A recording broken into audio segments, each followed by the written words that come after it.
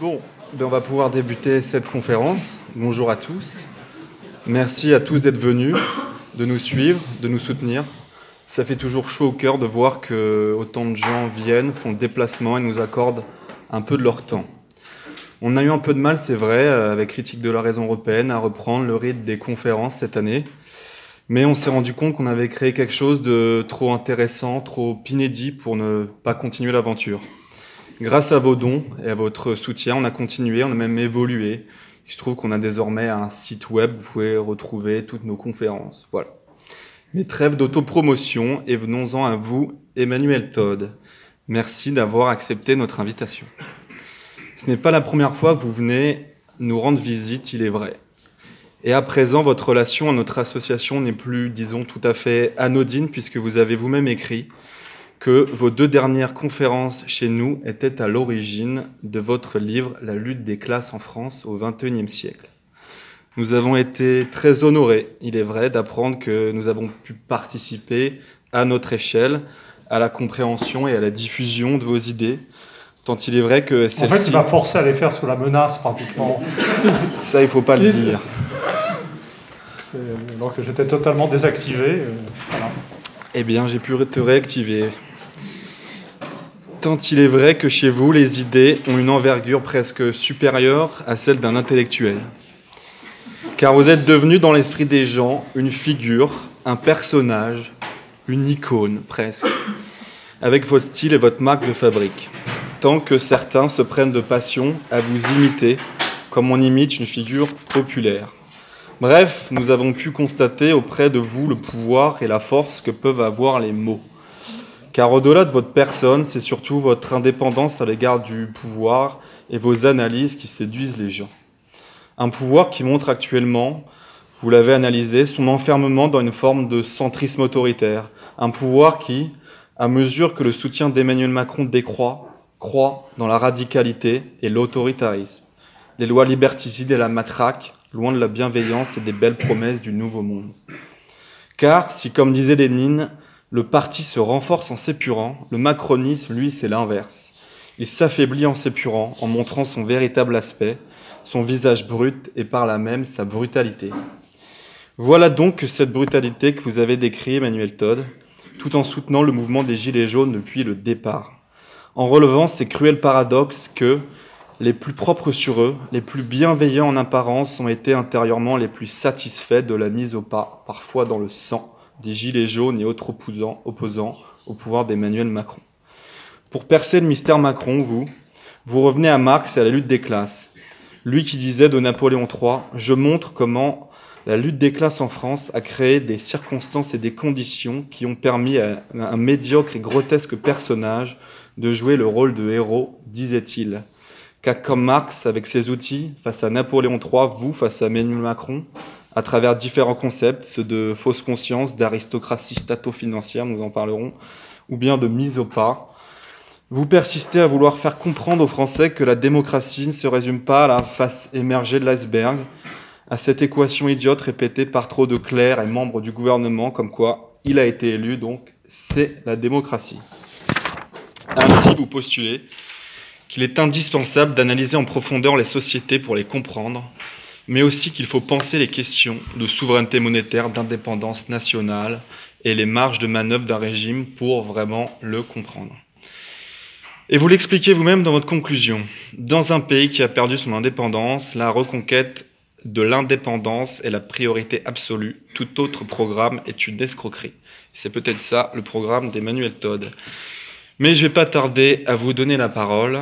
Et puisque nous sommes à Sciences Po, vous m'avez demandé de mener cette conférence selon un plan très simple, un plan Sciences Po.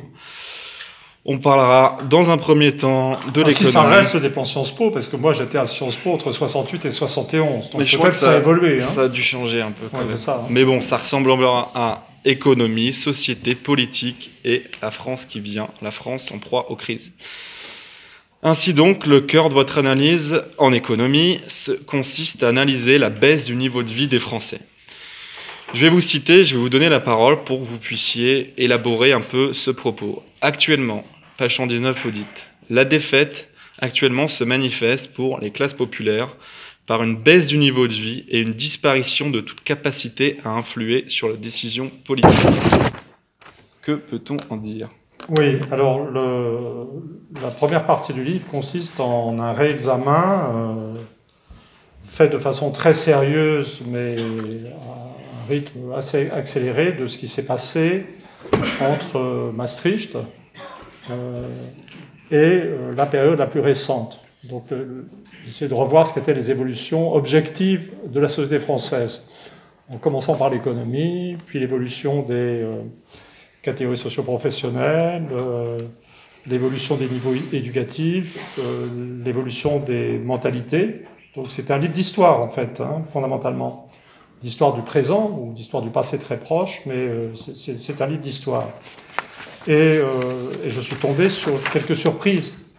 Quand je me suis lancé dans le livre, moi je travaillais sur le néolithique. J'étais très avancé dans mes recherches sur le néolithique et le passage à l'âge de bronze.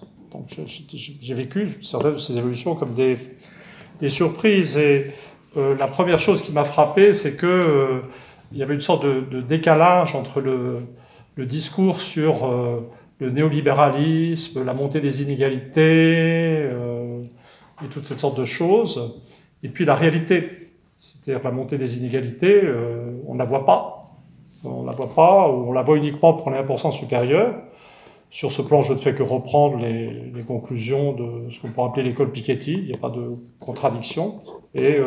Mais en France, on ne voit pas de décrochage vers le haut des 20% suivants ou des 10% suivants. Les 10 ou 20% suivants restent collés en termes d'évolution au reste de la société. Mais par contre, ce qu'on observe en France, si on accepte de faire un minimum de critique des données de l'INSEE, sujet qui devient de plus en plus chaud actuellement d'ailleurs, c'est qu'il y a une baisse générale du niveau de vie. C'est-à-dire si on utilise des indicateurs de prix conformes, si on observe l'évolution de la mortalité infantile, c'est-à-dire que si on contrôle les variables strictement économiques par des variables démographiques, mortalité infantile ou baisse de la fécondité, dans toutes les tranches de revenus successivement, on se rend compte que la réalité de la société française, ça n'est pas dans sa masse une société où les inégalités se creusent, mais une société où tout le monde s'enfonce et coule parallèlement. Donc ça peut donner dans un premier temps l'illusion d'une montée des inégalités. C'est-à-dire si vous représentez les niveaux de vie de toutes les catégories sociales en dehors des 1% supérieurs comme sur des trajectoires obliques passant à une certaine date sous ce qu'on pourrait appeler une ligne de flottaison, les premiers, les plus pauvres, vont passer les premiers sous la ligne de flottaison, et puis ça ne sera pas encore arrivé pour les gens du dessus. Et donc, comme je dis élégamment, on peut avoir à un moment donné, même dans cette phase de déclin parallèle des niveaux de vie, des gens qui commencent à manger bio, tandis que d'autres s'essaient à la nourriture pour chiens. Vous voyez, ce qui va donner un sentiment d'inégalité aggravé. Mais ça ne sera pas la réalité statistique et surtout pas la réalité à long terme. Donc peut-être je peux passer de ça à cet autre élément qui est très important pour moi. C'est que cette vision des choses suggère que quelque part le modèle français est spécifique. Le modèle français est spécifique, ça n'est pas le modèle anglo-américain.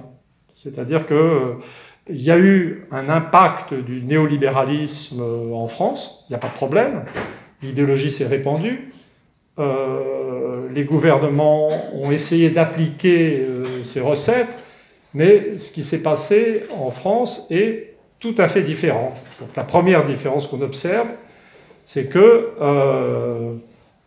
les classes supérieures n'y sont pas arrivées. Et la deuxième différence, et c'est une différence que j'ai pu comprendre grâce à la lecture de Marx, dans le 18 Brumaire de Louis Bonaparte, il y a ce concept fondamental d'autonomisation de l'État. C'est-à-dire, ça parle de la France, c'est les luttes de classe en France pour Marx. Pour moi,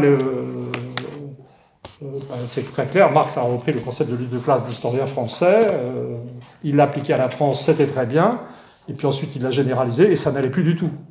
Parce que la lutte des classes, ça ne marche pas en Angleterre, ça ne marche pas aux États-Unis, voilà. Donc, Et donc j'ai trouvé ce concept en Marx d'une autonomisation de l'État qui vient de l'incapacité des classes dirigeantes possibles, ancrées dans la propriété terrienne, dans l'industrie, dans la finance, à s'entendre à un moment donné. Alors ce qu'on a en France, c'est pas ça. Donc je vais essayer de résumer rapidement, pour ne pas oublier de le faire, parce que c'est vraiment fondamental. L'idée, c'est que on est dans un pays où des luttes recommencent, où des affrontements de plus en plus violents se produisent, et je pense que les opposants au côté obscur de la force identifient mal l'adversaire. Et l'identification générale, ça reste l'ultralibéralisme, le néolibéralisme. Donc en France, qu'est-ce qu'on a? On a la description de la structure sociale que je fais, et peut-être le mieux, c'est de partir par une rapide description historique du développement du capitalisme français, surtout après-guerre. Le capitalisme français a été piloté par l'État. Le rôle de l'État est tout à fait essentiel, valorisé. Un État qui avait des projets favorables à l'industrie privée, donc on avait la coexistence d'un État directeur, si on peut dire, et d'un embryon de planification et d'un secteur industriel extrêmement prospère. Et puis là-dessus est arrivé le néolibéralisme. Et le néolibéralisme est, je dirais, rentré dans la tête des dirigeants de l'État, en l'occurrence des énarques. Les énarques d'après-guerre étaient des gens qui étaient d'esprit industrialiste, patriotique. C'était des gens très bien, si on peut dire. Et il y a eu une sorte de moment de crise brutale et rapide. Mitterrand a nationalisé en 81, fait le tour de rigueur en 83. À l'époque, il y avait eu Thatcher en 79. Reagan en 80, je m'excuse, je reste du siècle d'avant, hein, personnellement, donc 1900, etc. Et à ce moment-là, l'énarchie, si on peut dire, qui pilotait le pays avant, mais sous des masques politiques, ou c'est des habits politiques réels, les partis existaient, il y avait des énarques de gauche, il y avait des énarques de droite, mais le rôle de la haute administration était tout à fait capital. Et cette haute administration, en fait, a changé d'idéologie. C'est-à-dire qu'elle a changé d'idéologie. Cette haute administration est devenue, en principe, néolibérale. Simplement, n'est pas néolibéral qui veut. Le néolibéralisme, c'est pas juste une théorie, c'est une façon d'être, c'est un instinct.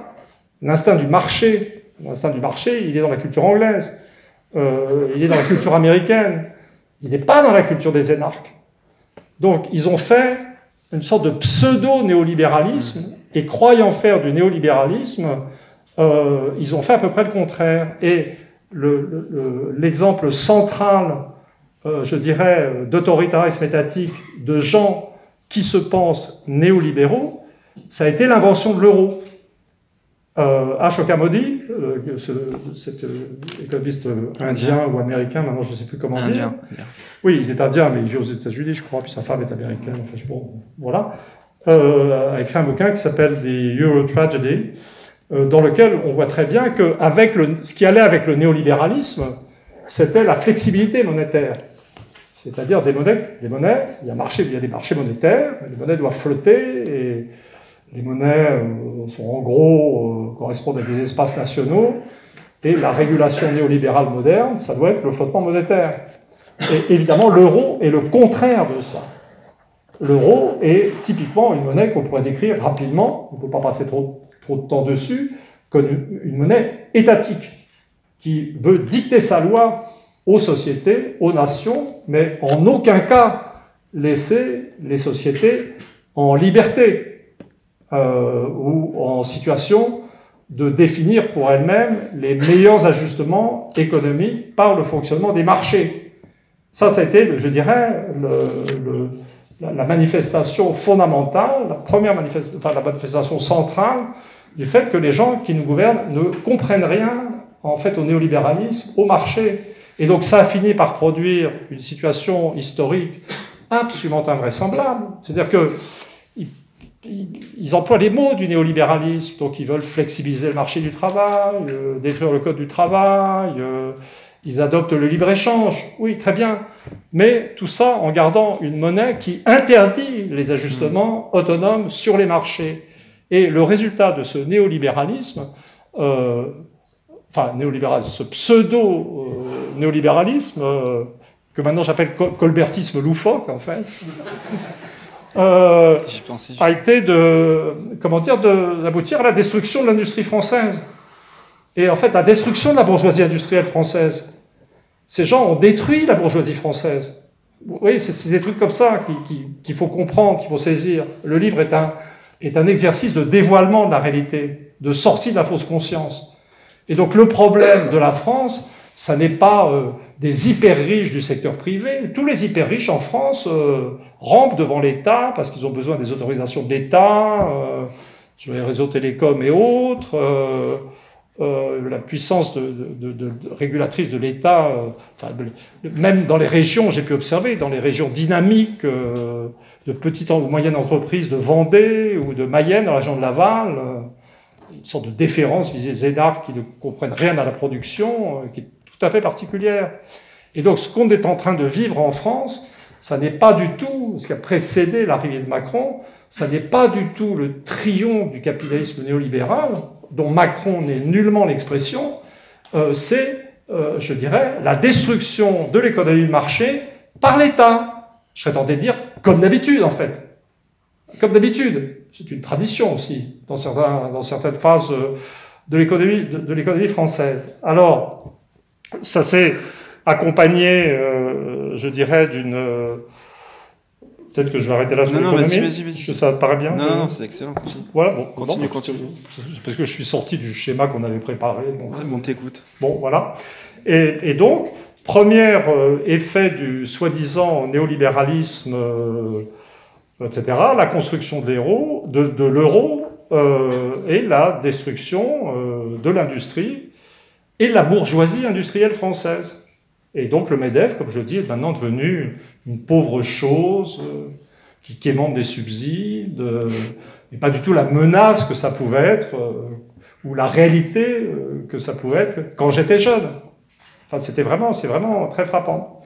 Alors, pour essayer de comprendre ce qui se passe en France, je vais continuer dans cet exercice de dévoilement, je ne vais plus suivre du tout le plan qui a été prévu. Autre effet de l'euro, qui est quand même au cœur de la problématique, c'est la sortie de la démocratie représentative. Je crois que c'est très important d'en parler à Sciences Po quand même. Il doit bien y avoir quelques étudiants de l'Institut ici. Les gens parlent, on vit dans un monde d'affrontement dans lequel il y aurait un parti qui serait une menace pour la démocratie, le Front National, qui est une menace pour la démocratie, effectivement, car un parti dont le fonds de commerce est la xénophobie et qui en fait considère qu'une partie des citoyens français ne sont pas vraiment français, est une menace pour la démocratie. Mais face à ce parti qui serait une menace pour la démocratie, il y aurait des partis libéraux, démocratiques, normaux, etc. Mais la réalité, c'est que l'euro, de par sa simple constitution, a éliminé l'existence de la démocratie représentative en France. Parce que là, il faut faire du conceptuel. Les gens, maintenant, peut-être c'est l'esprit de l'époque. L'esprit de l'époque, c'est s'exprimer. Hein? Chacun veut être soi. Chacun veut parler. Agir, c'est beaucoup plus difficile, apparemment. Et finalement, peut-être que l'acceptation de la pseudo-démocratie qu'on a maintenant a un rapport avec cette attitude psychologique. C'est-à-dire que la démocratie, bon, bien sûr, il faut être libre de s'exprimer. On est à peu près libre de s'exprimer. Bon, c'est pas idéal. Ma sortie de livre, là, à travers France Culture, France Inter, les chaînes publiques, on va peut-être prendre conscience de ce que ça devenait vraiment dur. Puisque maintenant, aller dans le secteur de l'information publique, pour un type comme moi, c'est se faire insulter par des types avec des cerveaux de taille très limitée. Donc c'est pas... par rapport à quand j'étais gamin, ça a quand même pas mal baissé, mais bon, on peut y arriver. Et puis je dirais qu'on est protégé par deux grandes forces qu'on ne voit pas et qui sont censées être des menaces. Internet et les moyens d'expression vidéo. Donc ces horribles Américains nous protègent. Je veux dire... et puis RT France, les Russes. Donc en fait, je suis désolé, je parle de mon point de vue de type qui a vécu une époque où on pouvait parler dans le système français et qui constate que c'est devenu plus possible. Et moi, j'ai survécu grâce aux Américains et aux Russes. Donc je suis très violemment partisan d'un rapprochement russo-américain pour sauver la démocratie française. J'avais prévu que j'allais délirer librement. Hein. Voilà. Mais donc, la démocratie, bon, parler, c'est plus difficile, mais il y a des journaux qui existent, voilà, on peut circuler, on peut raconter. Pour le moment, la police n'est pas encore venue chez moi, il n'y a pas de problème. On peut voter à bulletin secret, donc cet élément de la démocratie existe toujours, pour des partis politiques. Alors peut-être qu'il faudrait discuter le financement de ces partis, parce qu'il y a des mesures qui ont été considérées à un moment donné comme une mise à l'abri du système politique des interventions du secteur privé, mais on pourrait considérer que les subventions de l'État aux partis politiques sont peut-être aussi un accroissement de la mainmise de l'État sur le système politique et sur les partis. C'est très compliqué ça. Bon. Sur la presse aussi. Voilà, donc on peut... L'État est partout en France, hein, l'État est partout. Et cet État néolibéral est partout. Mais la démocratie, c'est pas ça. Voter librement, s'exprimer librement, et je donne, pour bien faire comprendre dans le bouquin, je donne l'exemple des élections danoises de 1943, sous occupation nazie, car les Danois ont eu le droit de voter librement en 1943, sous l'œil bienveillant de la Wehrmacht. Et les sociaux-démocrates ont fait un triomphe. Et le parti nazi local, un score absolument minable. Alors bon, évidemment, l'occupant nazi a été un peu déçu de voir ces Ariens super blonds, pas du tout intéressés par les concepts nazis, mais c'est très intéressant, parce que ça montre qu'on peut voter librement pour des partis qui sont libres, et ça ne sert à rien. La troisième ou quatrième condition de la démocratie, c'est la possibilité pour le gouvernement élu d'agir pour le bien commun. Mais si le gouvernement ne peut pas agir, la démocratie, tout ce qui précède, est une comédie. C'est un truc pour parler et voter. Et dans le contexte actuel, pour les hommes politiques qui appartiennent au parti, penser à la télé aussi, c'est la grande activité. Mais, donc la démocratie, ce qu'on appelle démocratie en France, c'est un système dans lequel les gens sont libres de parler, de s'exprimer, un peu avec l'aide des Américains et des Russes, mais voilà. Et puis, il y a des partis qui sont libres de se présenter. Il y a une chambre qui est élue, il y a un président qui est élu, mais en fait, il y a l'euro, les règles commerciales européennes, et la capacité d'action économique du gouvernement est nulle. Nulle. Et le plus frappant, c'est l'incapacité à agir économiquement de cette espèce de monarque constitutionnel qu'est le président de la République française, qui, par rapport à ses homologues occidentaux, a des pouvoirs extraordinaires. Mais en fait, notre président n'a à peu près aucun pouvoir. Et donc, ça donne ce système français si particulier où vous avez, c'est la deuxième partie de mon bouquin, vous avez ce que j'appelle la comédie politique, c'est-à-dire où vous avez, à chaque élection, depuis qu'on est dans l'euro, depuis 1999, il faut faire une campagne électorale. Il faut parler de trucs. Vous voyez, il faut que les gens soient motivés. Donc Sarkozy, c'était, pour moi, son truc, ça n'a pas mal marché. D'ailleurs, c'était le problème, ça n'est pas l'euro, c'est l'islam, ou les banlieues. Il a fait un tabac, en fait, parce qu'il a mordu sur l'électorat du Front National. C'est le seul. Puis ensuite, il y a Hollande qui doit monter une autre pièce. Alors, la pièce, c'est « Je suis normal ». Donc évidemment, ça n'a pas eu un gros succès. parce qu'il n'est pas normal, il est subnormal. Ce n'était pas prévu. Et puis ensuite, il y a eu Macron. Bon, Macron, c'était « je suis jeune ». Hein? Je suis jeune. Mais le résultat est le même. En fait, on arrive au pouvoir et on peut juste simplement se raconter qu'en faisant des, entre guillemets, réformes, c'est-à-dire de la flexibilité monétaire, pas monétaire, de la flexibilisation du marché du travail, casse de droits sociaux, restriction de crédit dans le secteur public, destruction des hôpitaux, etc. On va aller quelque part, on sera sérieux. Alors, le côté charmant que ça a pris, c'est Hollande, il était un truc, quand je vais arriver au pouvoir, je vais faire face aux Allemands. Je vais faire face aux Allemands. Bon, j'avais presque cru. Hein. C'est vrai que l'idée de François Hollande faisant face à quoi que ce soit est grotesque en elle-même. Je veux dire, déjà, il n'a pas fait face à Ségolène, alors je revois mal faire face à... Je suis désolé, j'ai fait beaucoup de conférences, je suis fatigué en fait. J'ai besoin de me détendre.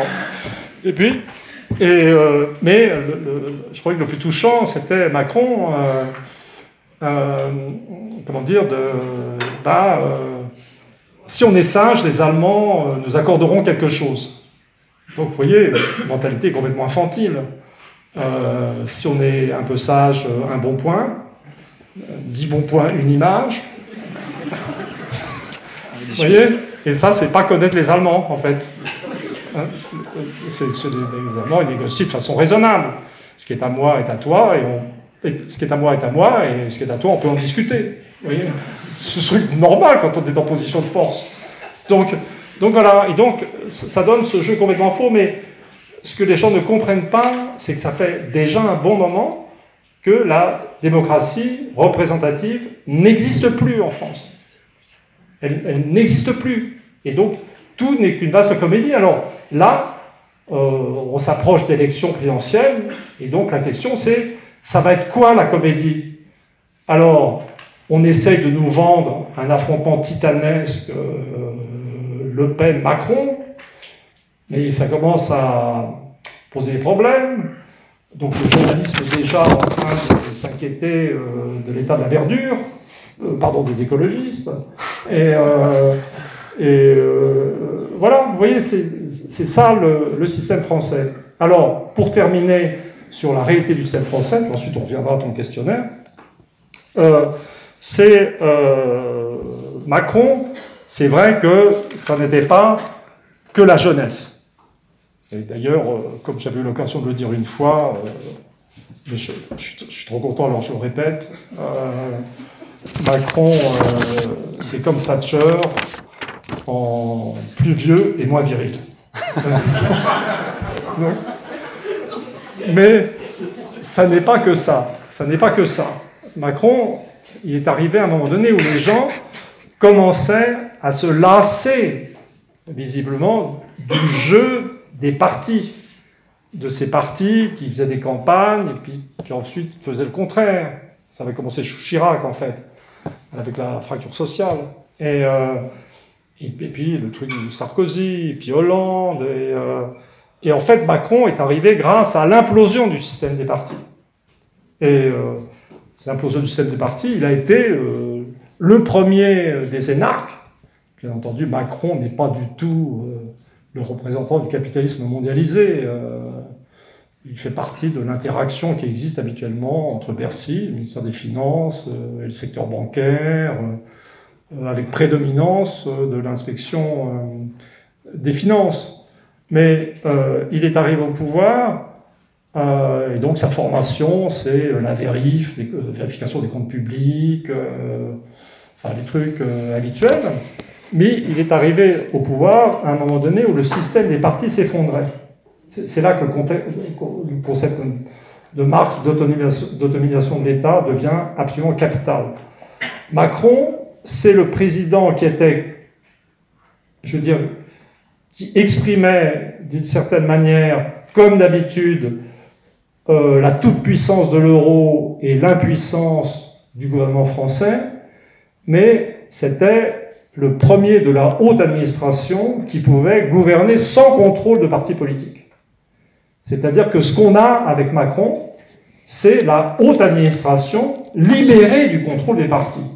Donc je suis prêt à admettre qu'on est passé d'une phase où la démocratie représentative n'existait plus, déjà, mais avec des partis politiques qui faisaient une comédie sympa, qui occupaient le client, enfin pardon, les électeurs. Et avec Macron, on est arrivé à une situation de non-contrôle. Le système des partis n'existait plus.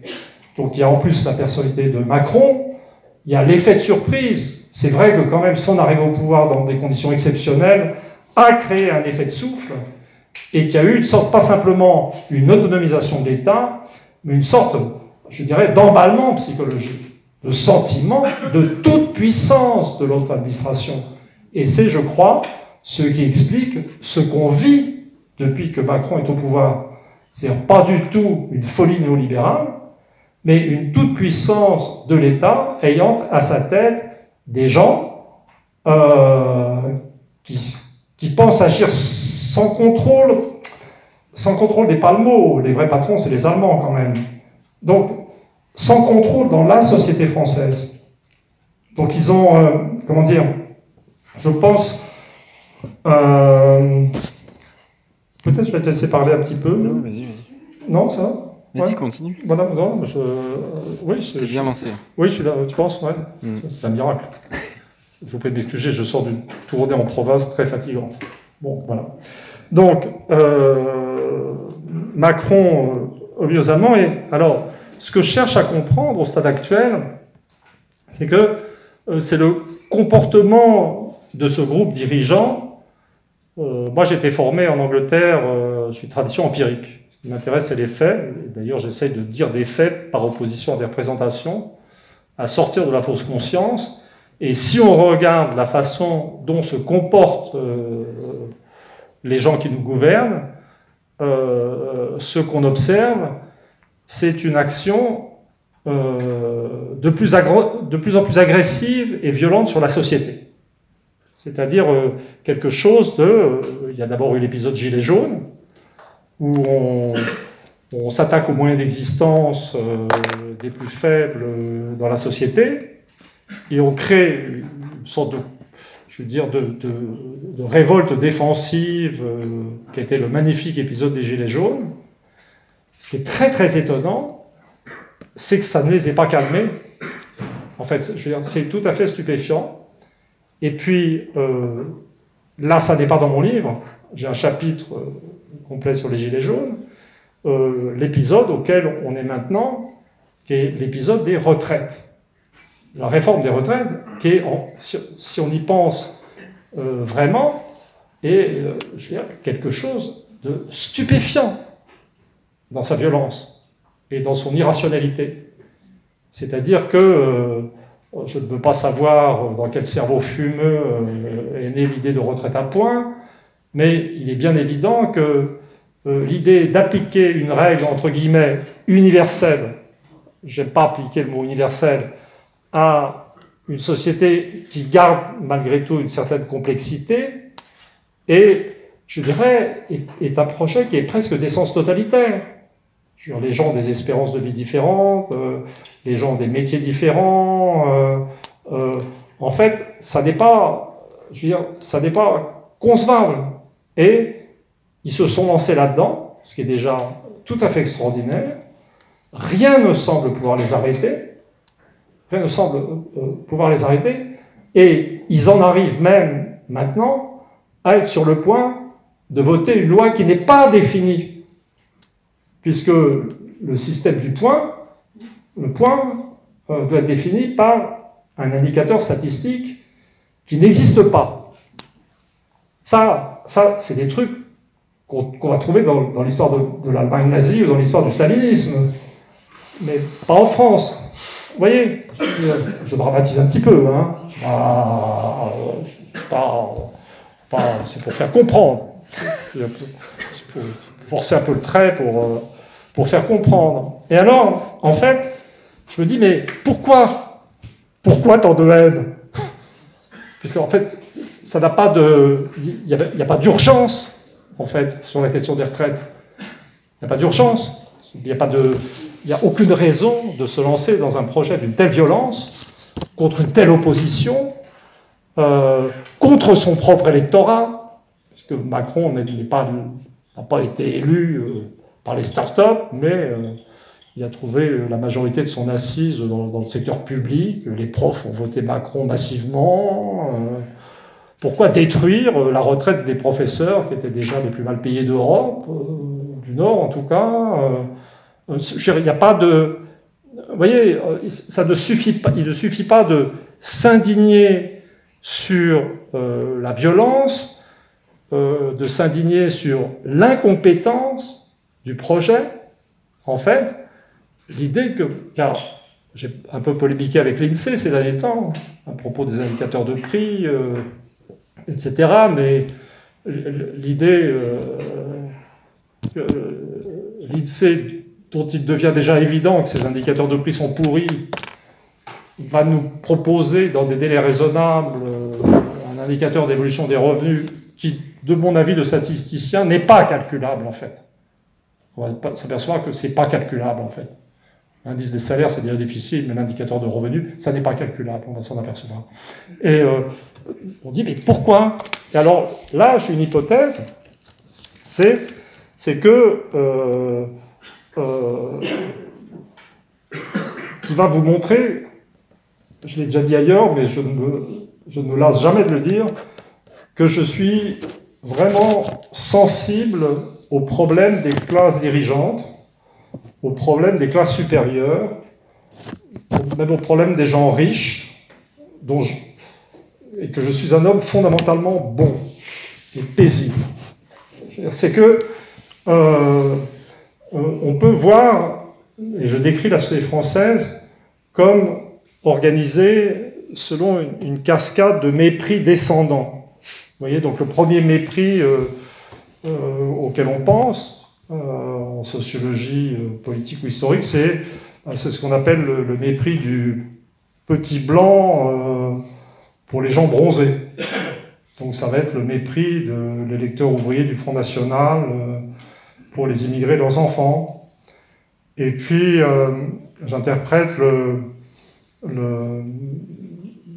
l'attitude de ce que j'appelle moi la petite bourgeoisie des cadres et professions intellectuelles supérieures, vu que leurs revenus baissent en parallèle avec ceux de la classe ouvrière, il n'y a pas tellement de raison de considérer qu'ils sont tellement supérieurs.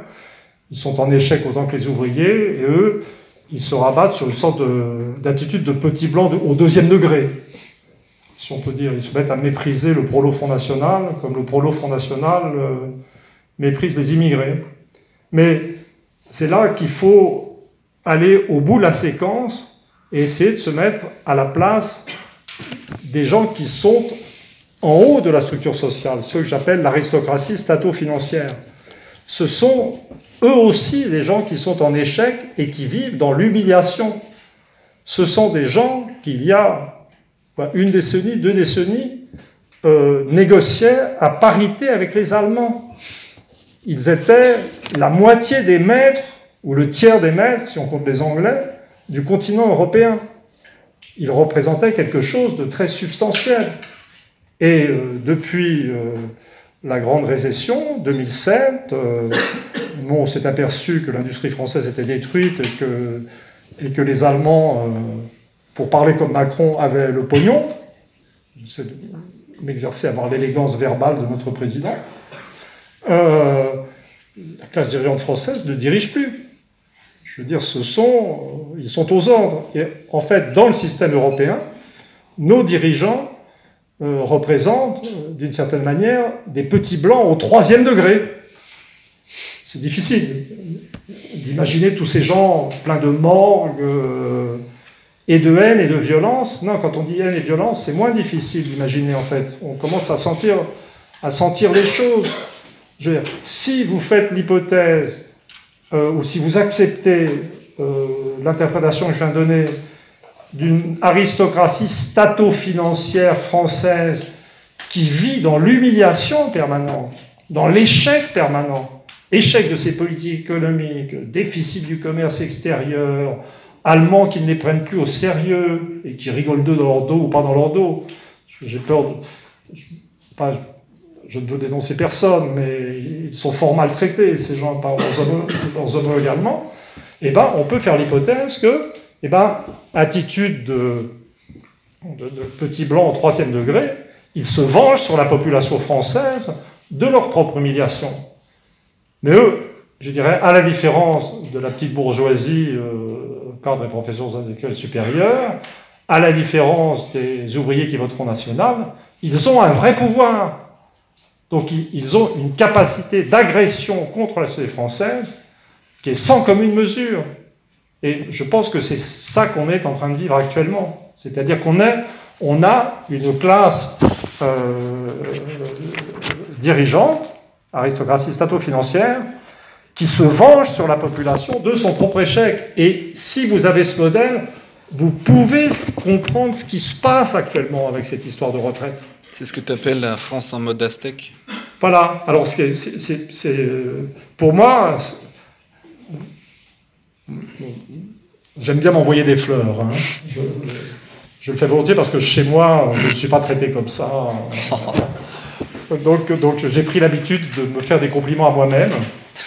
Voilà. Parce que je vis dans une atmosphère familiale équilibrée, où personne ne me prend au sérieux. Donc je parle tout seul en faisant des compliments dans ma cuisine. Et donc, je peux continuer ici. Et donc j'ai ce modèle du mode aztèque en référence. J'étais dans mes études sur le néolithique. Vous savez que les Aztèques étaient anthropophages, cannibales, et qui faisaient des guerres à but sacrificiel. Simplement ils avaient cette idée, encore plus aberrante que l'euro, je le reconnais, que s'ils arrêtaient d'extraire des cœurs d'hommes vivants sur le haut de leur pyramide, le soleil allait s'arrêter. Et puis ensuite, avec les corps, ils organisaient d'immenses barbecues qui avaient beaucoup frappé les conquistadors à l'arrivée. Voilà. Donc il y a l'idée d'un État sadique. Et j'ai quelques développements sur le fait que on vit trop... les années d'après-guerre ont été des années de gueule de bois dans lesquelles on s'est habitué on a voulu croire que les classes dirigeantes étaient enfin devenues raisonnables. Mais quand on est historien de la longue durée, ou de la pas si longue durée, les classes dirigeantes raisonnables, c'est plutôt l'exception que la règle. Et donc les classes dirigeantes, c'est la guerre de 14, c'est la non-gestion du problème Hitler, le problème Hitler n'étant pas lui-même une expression du caractère fondamentalement raisonnable des classes dirigeantes allemandes, c'est le moins qu'on puisse dire. Et donc la folie des classes dirigeantes, c'est la routine de l'histoire, d'une certaine manière. Et donc on avait un peu oublié ça. Et donc j'avais ce modèle, mais réellement, j'en viens au compliment que je vais m'administrer à moi-même. L'hypothèse de ce mode aztèque que je n'avais faite que sur la base des événements gilets jaunes et de l'attitude de Macron et des insultes délivrées par Macron à tous les Français ordinaires qui croisaient dans la rue, bien protégés par sa police, ou par le phénomène des gilets jaunes, je trouve son illustration sublime dans l'histoire des retraites. C'est comme si j'avais produit dans le livre, avant, l'interprétation de ce qu'on allait vivre. Quelque chose de tout à fait extraordinaire. Hein? Ouais, tout à fait. Non? Enfin, personnellement, en tant que prospectiviste, j'en étais content. On l'est aussi. Et les gens vont t'applaudir, même. Non, mais on continue, là, non? Bah oui, on continue. T'es si bien lancé. Non, je continue? Si, vas-y. Voilà. Alors, je voudrais maintenant essayer d'anticiper ce qui peut se passer, puisqu'on est à la veille on ne peut pas arrêter l'interprétation de cette question des retraites à moitié.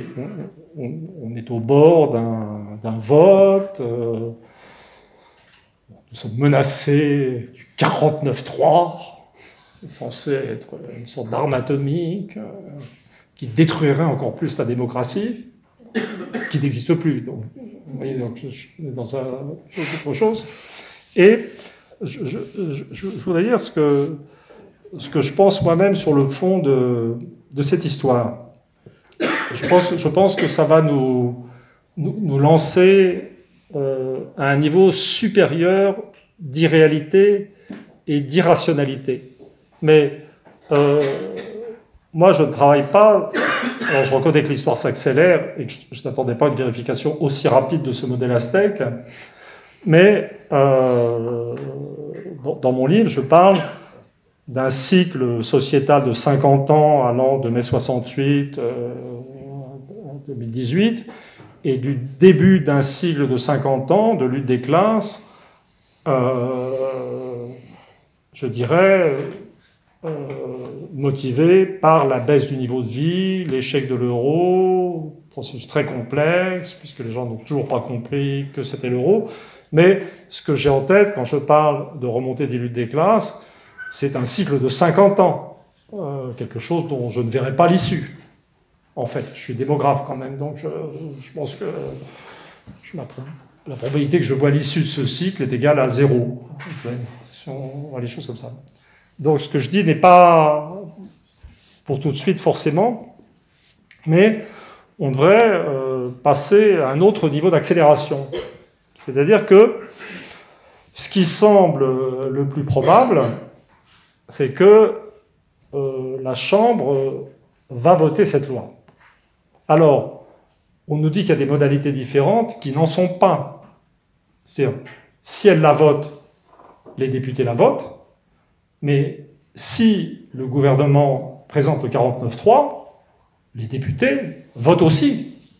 C'est-à-dire, il ne faudrait pas que le 49.3 crée l'illusion que les députés n'ont pas voté.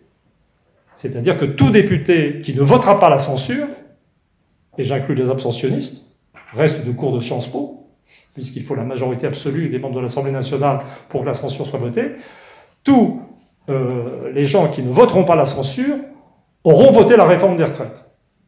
Je pense qu'il y a quelque chose qu'il faut garder en tête et populariser. C'est qu'il faut que les gens, qu'on sache qui a voté cette réforme, qu'on s'en souvienne, parce que ça va être un tournant historique. Et pourquoi est-ce que ça va être un tournant historique?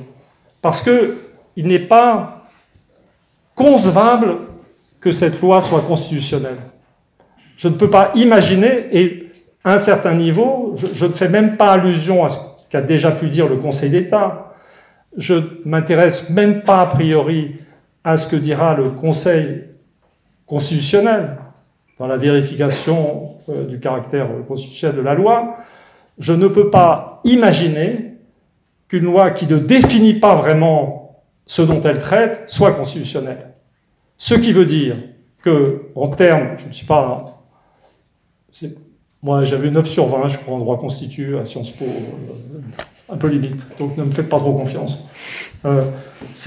Donc, en fait, ça veut dire, et je crois que c'est quelque chose qu'il faut vraiment se rappeler, parce que on est confronté à des journalistes qui vous disent simplement « Ah ben non, le président a été élu, il fait ce qu'il veut, les députés ont été élus, ils font ce qu'ils veulent. » Non, la Constitution est au-dessus de la Chambre. La Constitution est au-dessus du président. Et si le Parlement suit le gouvernement ou l'exécutif, incluant le président, dans le vote d'une loi qui ne peut pas être constitutionnelle, en fait, en termes de légitimité, on pourrait sans doute considérer que leurs mandats sont invalidés. C'est-à-dire le vote de cette loi va nous projeter dans une situation d'illégitimité du pouvoir.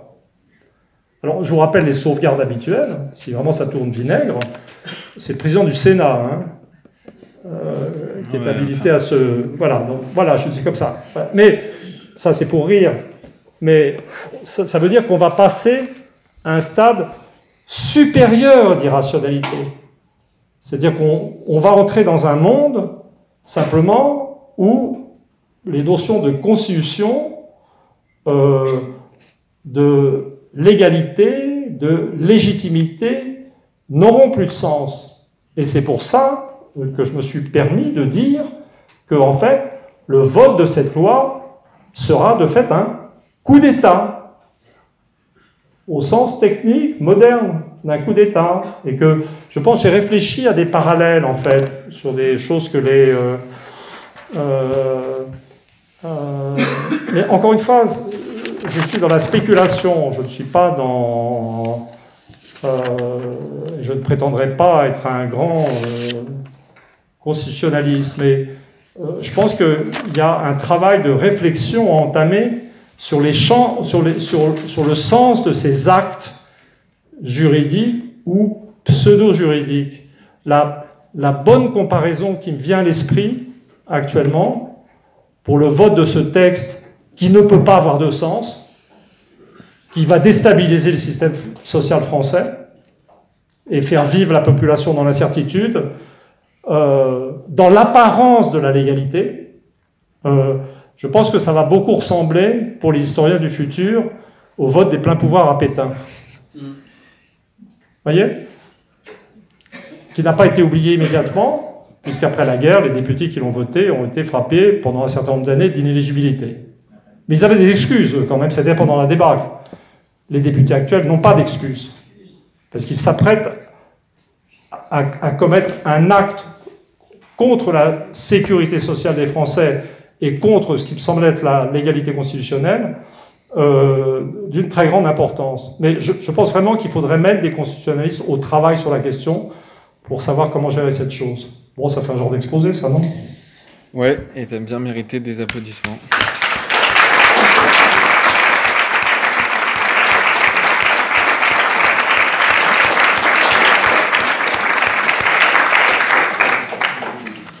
Bon, t'as réussi à faire le plan, en fait, presque, hein, quasiment. T'as fait plusieurs parties. Ce qui m'épate, c'est comme si l'esprit de Sciences Po était retombé sur moi après de longues années, et je me suis mis à délirer sur la Constitution.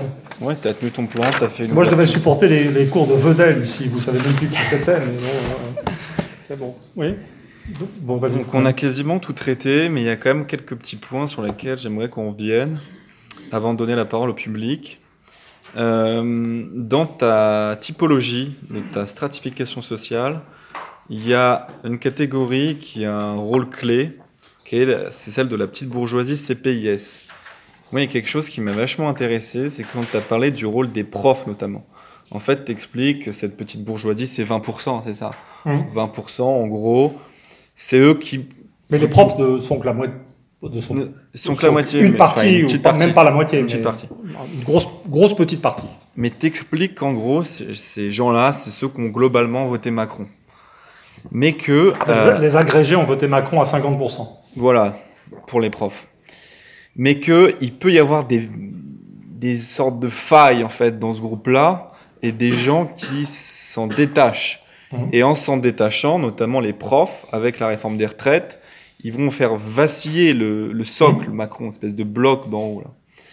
Alors, est-ce que tu peux nous parler de ces gens-là, cette petite bourgeoisie CPIS, des profs en particulier, que tu dis c'est eux qui ont voté Maastricht, et là, la fin du cycle, c'est refuser le macronisme, notamment les agrégés, les profs, et globalement, cette catégorie-là, la petite bourgeoisie CPIS, quel est son rôle moteur dans le moment qu'on est en train de vivre ?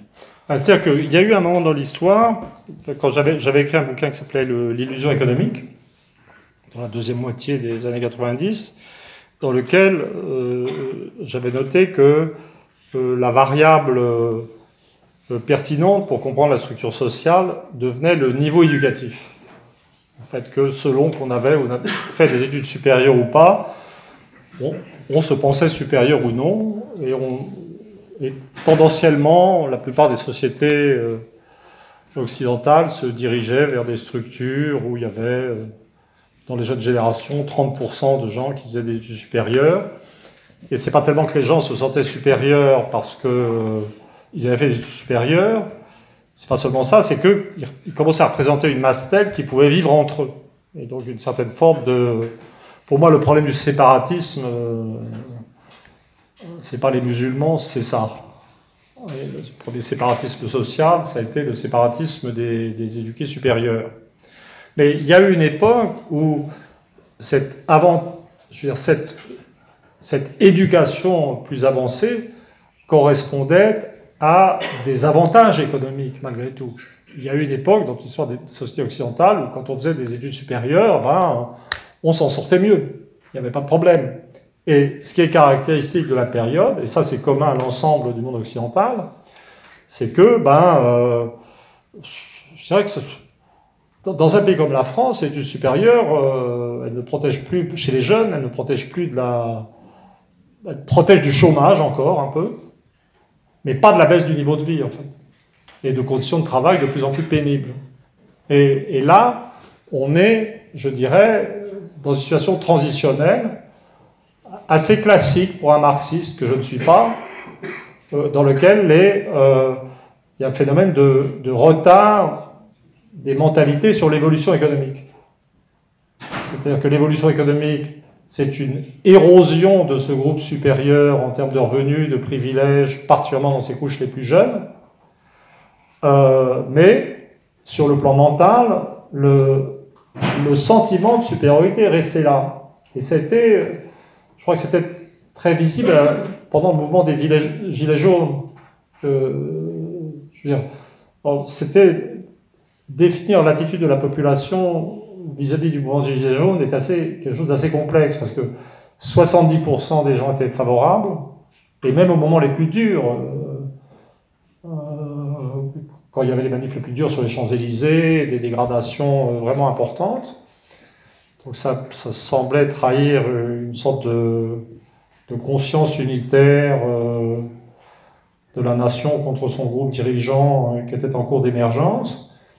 Mais il y avait une grande difficulté dans certains milieux, dans ces milieux par exemple de profs, à se considérer comme relevant du même groupe ou du même langage que les Gilets jaunes. Les Gilets jaunes, c'était, en termes de revenus, c'était 1000 € par mois sur les ronds-points, 1400 € pour les manifs du samedi à Paris.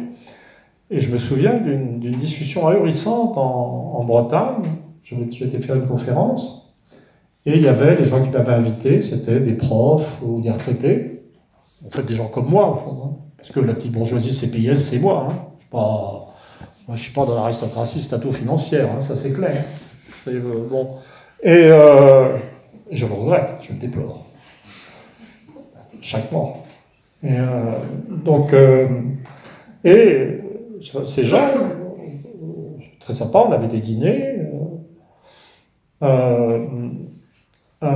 disaient, ah oui, les Gilets jaunes, on en a vu sur les ronds-points, mais on n'a pas osé aller leur parler, ils étaient tellement différents. Et donc on sentait qu'il y avait, dans l'attitude visée des Gilets jaunes, il y avait déjà une sorte de mélange de solidarité économique, je dirais. Le sentiment que peut-être que l'idée d'un destin économique commun de régression était déjà là, mais l'idée d'une différence culturelle non réductible était toujours là. Mais là, en ce moment, on n'a pas les indicateurs. Je ne pense pas que les sondages d'opinion permettent d'atteindre cette réalité, parce que les sondages d'opinion ne vont qu'au conscient des choses.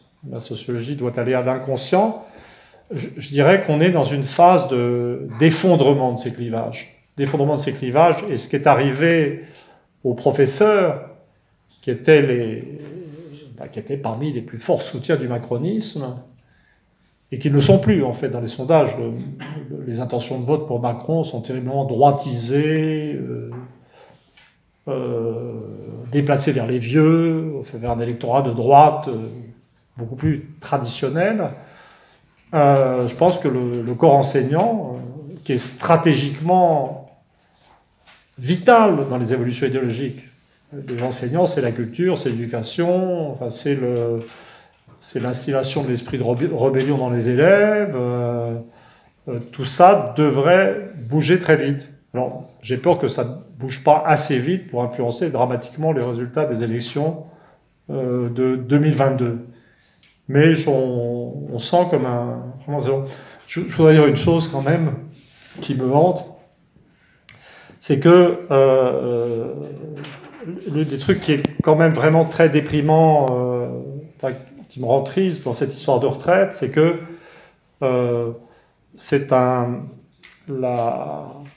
au stade actuel, comme le système de retraite futur n'est pas défini, ce qu'on a, c'est la suppression des retraites.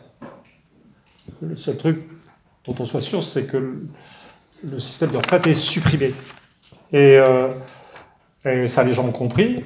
Mais simplement, le problème, c'est que les gens vont s'imaginer que c'est pour dans longtemps.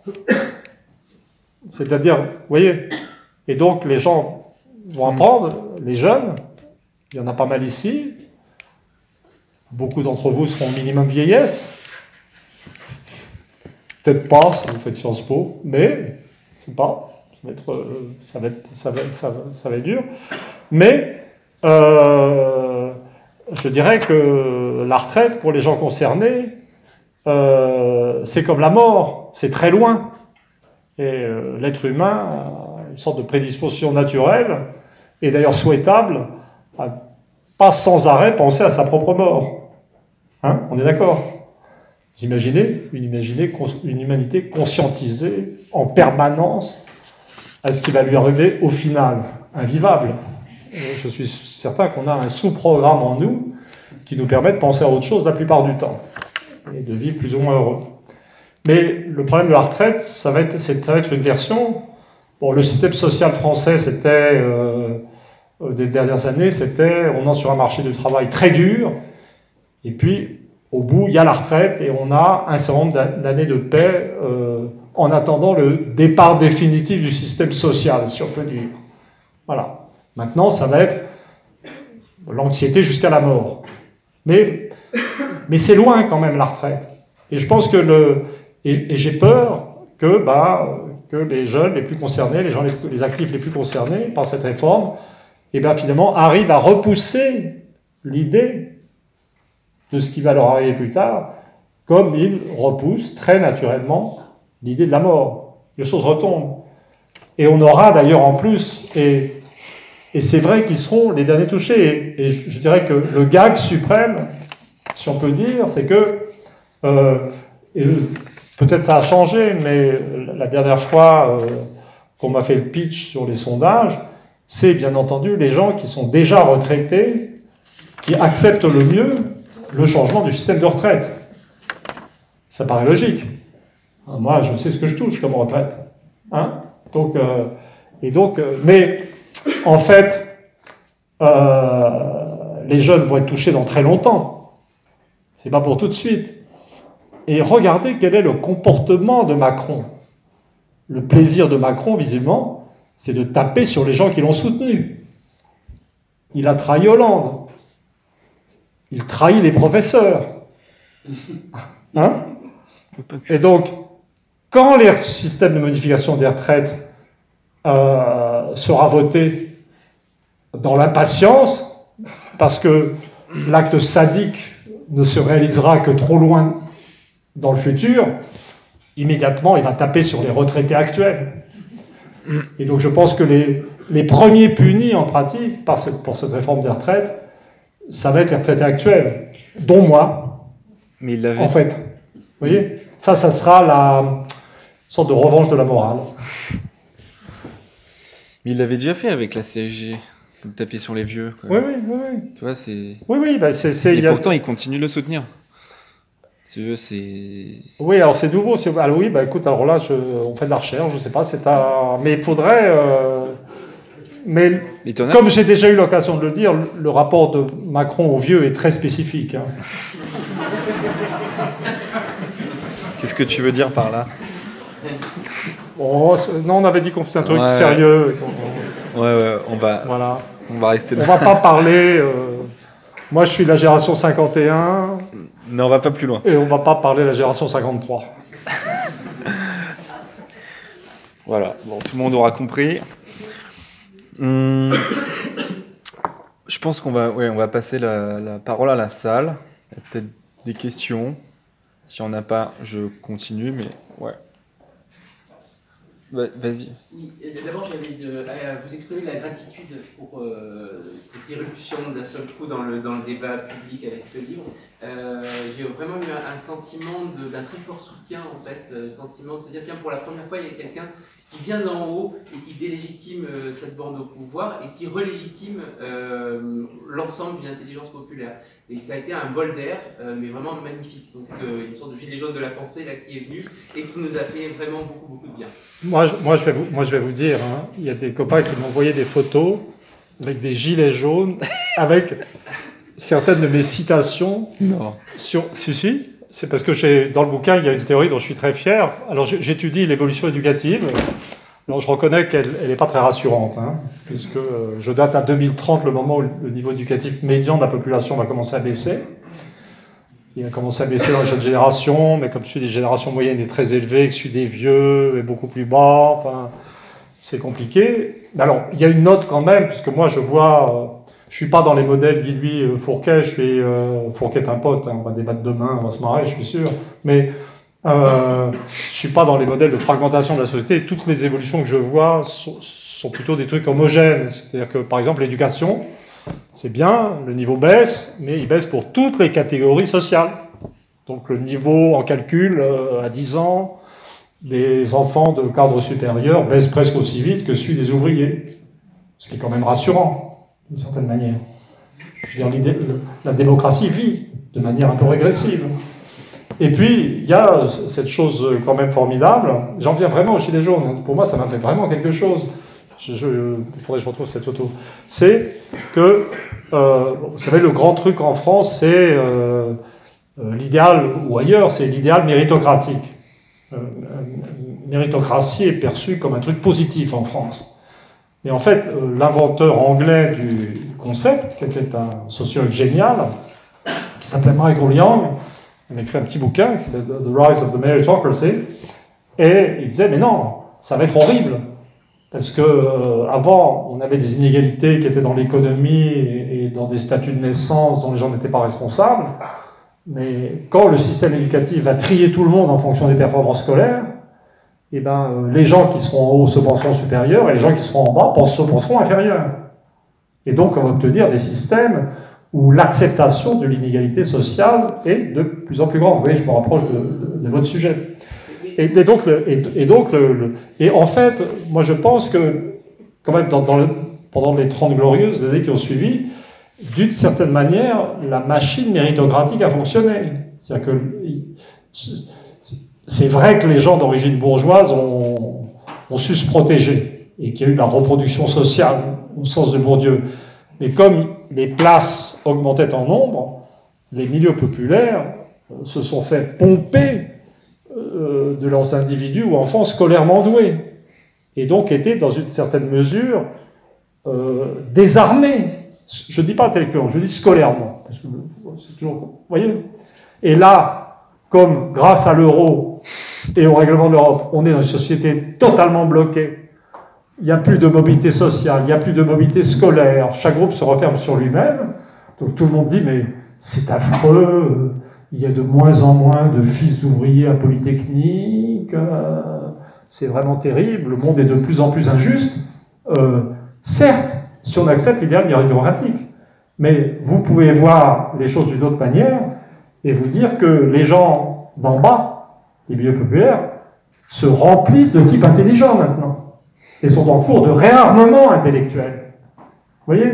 Et alors il y a autre chose, c'est que la civilisation des études et la façon de faire des études a changé en haut aussi.